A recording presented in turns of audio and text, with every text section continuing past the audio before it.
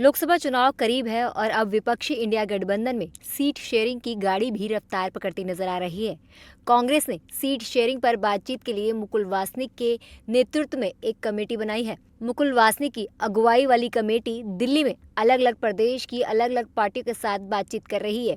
वहीं seat sharing को लेकर सपा की मीटिंग होने वाली है, लेकिन इससे पहले अखिलेश यादव ने गठबंधन को लेकर कहा, हमारा उद्देश्य 24 के चुनाव में बीजेपी को हटाना है।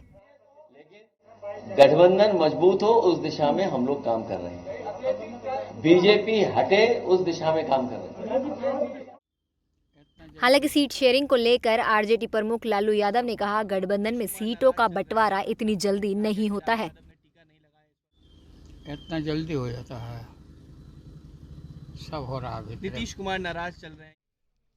वहीं आरएलजेडी अध्यक्ष उपेंद्र कुशवाहा ने कहा, इंडिया गठबंधन में ऑल इज वेल नहीं है।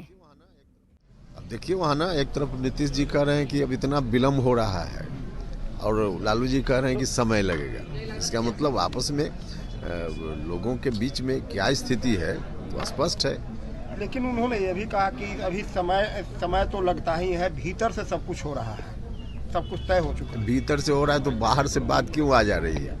नीतीश जी और नीतीश जी के लोग लगातार बोल रहे हैं कि विलम्ब हो रहा है, ठीक नहीं है, विलम्ब हो रहा है, ठीक नहीं है। इसका मतलब अंदर कुछ तो गड़बड़ है ही जो दिख रहा है बाहर। मकर संक्रांति।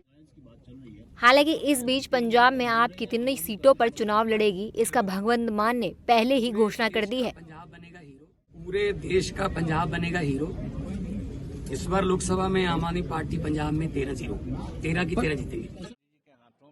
वहीं बिहार के पूर्व मुख्यमंत्री जितन राम मांझी ने तंज कसते हुए कहा, घमंडिया गठबंधन में आपस में विवाद चल रहा है।